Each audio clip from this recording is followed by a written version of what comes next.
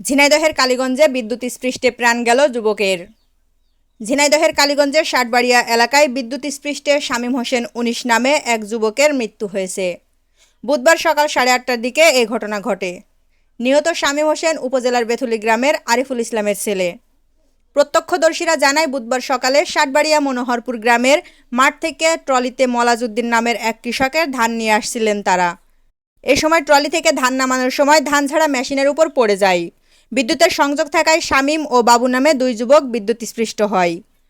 পরে শামীম ও বাবুকে স্থানীয়রা উদ্ধার করে কালীগঞ্জ উপজেলা স্বাস্থ্য কমপ্লেক্সে নিয়ে গেলে কর্তব্যরত চিকিৎসক শামীমকে মৃত ঘোষণা করেন। এছাড়া আহত বাবু নামে আরেক যুবকের অবস্থা আশঙ্কাজনক হওয়ায় তাকে যশোর রেফার করা হয়। কালীগঞ্জ উপজেলা স্বাস্থ্য কমপ্লেক্সের জরুরি বিভাগের চিকিৎসক ডাক্তার সোহেল রানা বলেন, হাসপাতালে আনার আগেই শামীমের মৃত্যু হয়েছে। আহত বাবুকে উন্নত চিকিৎসার জন্য যশোরে রেফার করা হয়েছে। কালীগঞ্জ থানার ওসি জেল্লাল হোসেন বলেন, ষাটবাড়িয়া গ্রামে বিদ্যুৎস্পৃষ্টে শামীম হোসেন নামের এক যুবক নিহত হয়েছেন। এ সময় বাবু নামের আরও একজন আহত হয়েছে। এ বিষয়ে আইনগত ব্যবস্থা প্রক্রিয়াধীন রয়েছে।